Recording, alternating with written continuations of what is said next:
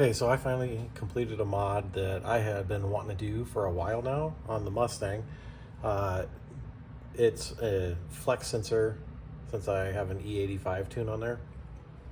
Uh, so this one is a more semi-permanent mount.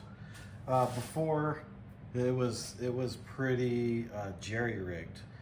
What I had done is the stock line that came out of here. You can see this line coming up. Let me angle the camera right.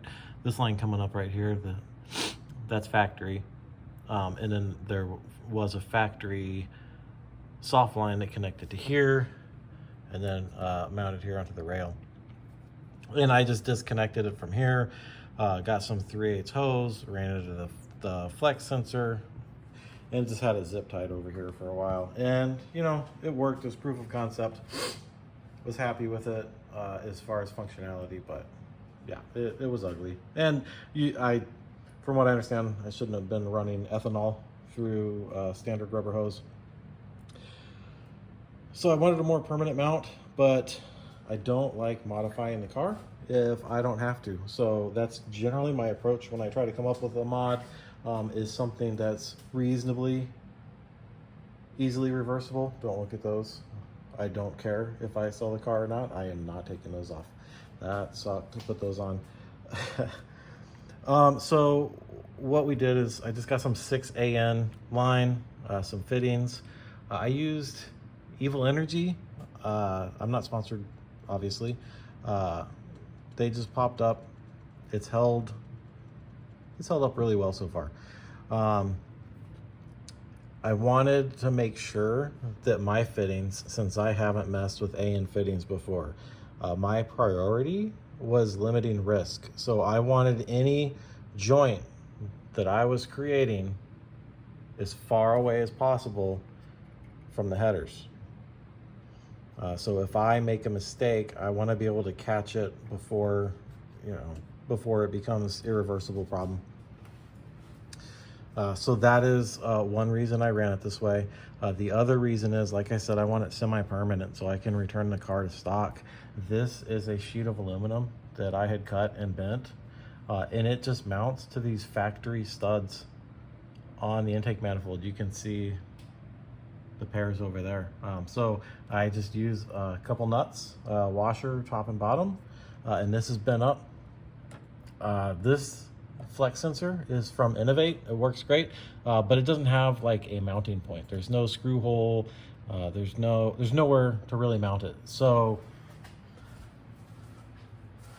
on this one, just bent a piece of aluminum to kind of act like a little strap and riveted it down. I could have bolted it down, but I like the look of the rivet and I wanted to mess with them. I riveted it down, and again, that's just a regular piece of aluminum made with vice grips, clamps, and hammers. So it's not that hard to do. It's just take it off, make adjustments, put it back on, take it off, make adjustments, and repeat. And if you're okay with doing that, it's definitely doable. So that's really nice. I like having that ability. I don't have the car on right now. Right now I'm chasing down another problem. Specifically, it's a oil leak. It looks like it could be front main seal. I got some dye I gotta put in, so that's why I'm not gonna turn it on. But you can see the gauge right there. Man, that reflection. So that's the gauge right there. The car's just not powered on. But here it'll show your ethanol percentage. So there's no messing with test tube stuff. That's what I love about this. I don't want to go to the gas station every single time with a test tube, fill it with some fuel, mix water in there just to know that I'm not at risk of detonation. This is a live readout of the ethanol percentage on there. So I know that if I'm, per my tuner, it's 65% or higher, and I'm usually at the gas stations around here, there's two of them, Pump and Pantry if you're in Omaha, Council Bluffs. It's consistently 70-75% readout on this, and from my testing on the E85 test tube style, this was accurate. So I trust it. These outer bands, that's just your fuel temp. So that's just wired in to the fuse box. You just want to find a ignition on power source because you don't want to power that full time. It'll drain your battery. But it's pretty simple to do. Definitely recommend it if you're running ethanol for the advanced timing, the E85, sorry, for the advanced timing tunes. This just saves a lot of effort.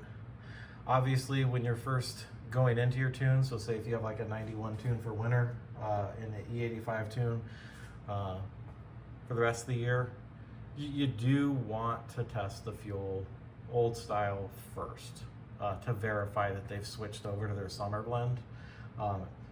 It would just suck to fill up a tank and then have to baby the car and, you know, drain the tank or whatnot.